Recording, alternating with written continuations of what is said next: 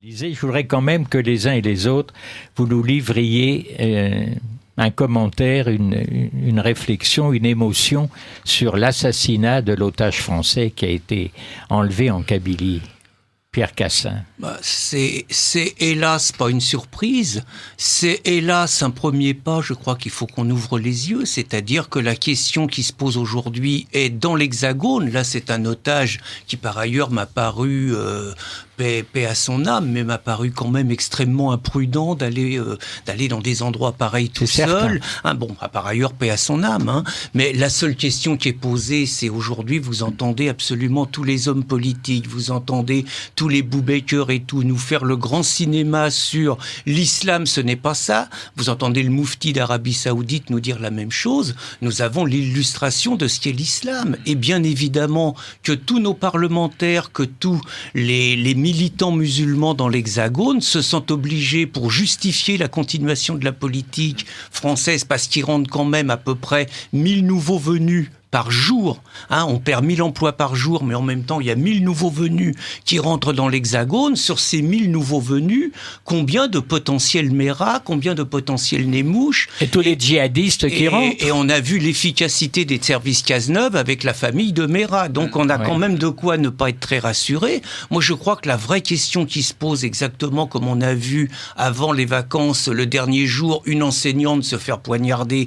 et mourir, et tout le monde savait que la seule question, c'était pas s'il y aurait un enseignant ou une enseignante qui se ferait tuer en classe, mais ça serait quand. La seule question qui se pose aujourd'hui dans l'Hexagone, c'est pas de savoir s'il va y avoir un Français décapité, comme il y a eu en Grande-Bretagne avec ce soldat il y a 1 an, et comme il vient y avoir de cette vieille dame à Londres. La seule question, c'est pas de savoir donc s'il va y avoir. La seule question, c'est quand.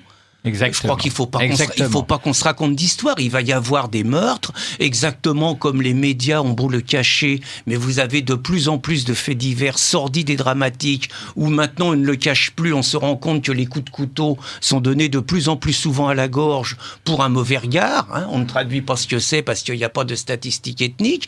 Donc je crois qu'il faut pas qu'on se raconte d'histoire. Tous les Français sont en danger par cette guerre. Et la vraie question, c'est l'absence de dispositions dramatiques qui sont prises. Quand vous voyez le pantin qui nous sert de ministre de l'Intérieur, qu'on est quand même à raconter qu'il faut surtout pas que ceux qui veulent aller faire le djihad en Syrie s'en aillent, quittent la France. Résultat, faut les laisser dans l'Hexagone, prendre nos compatriotes comme cible. Mais on est où? On vient de voir tout récemment, je crois hier, un des nombreux djihadistes qui rentrent en France, qui rentrent en Europe, qui, formés évidemment au maniement des armes, à la fabrication des explosifs, sont des dangers réels. Demain, ils peuvent évidemment monter des attentats un petit peu partout en Europe. Eh bien, l'un de ces djihadistes qui est arrivé à Marseille, venant de Turquie, sans aucun contrôle, sans rien du tout. Et il se fout carrément de l'État français en disant « Mais moi, j'attendais la police, ils sont pas là. Comment que ça se fait ?» Et c'est même lui qui s'est rendu. C'est effrayant. Exactement. C'est même lui qui s'est rendu. Et Cazeneuve nous propose un numéro vert. Oui. Il va y avoir un numéro vert et des assistantes sociales pour les djihadistes. C'est la couleur du prophète. On est où? C'est la couleur du prophète, le vert. Guillaume de Oui, alors moi j'applaudis des deux mains ce que vient de dire Pierre Cassens. Je rajoute deux choses. La première, c'est un chiffre qui donne un ordre de grandeur quand même. On estime qu'il y a à peu près 10 000 djihadistes en armes en France.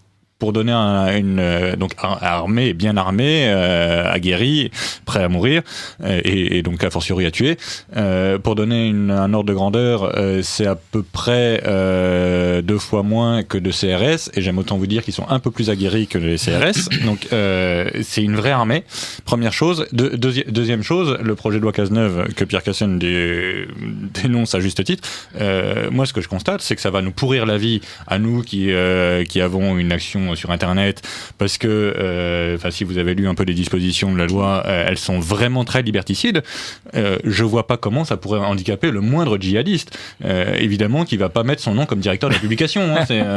Il y a en France, mais si les auditeurs veulent se rendre compte un peu de la réalité, allez voir ce qui se passe sur Twitter. Il y a tous les jours des appels au meurtre qui partent de France pour des Français. Des appels au meurtre. Je dis bien, jusqu'à plus ample informé, la appel au meurtre est passible des tribunaux. Hein, c'est encore interdit.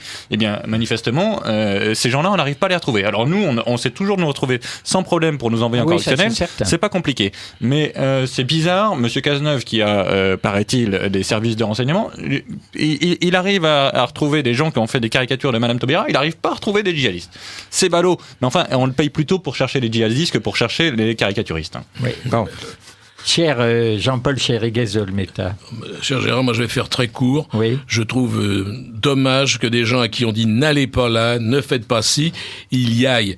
Moi, ce monsieur qui faisait de l'escalade, c'est très bien, mais il y a des tas de montagnes en France qu'on peut escalader, et puis il y a aussi des pays, en Italie, tout ça, il y a des montagnes.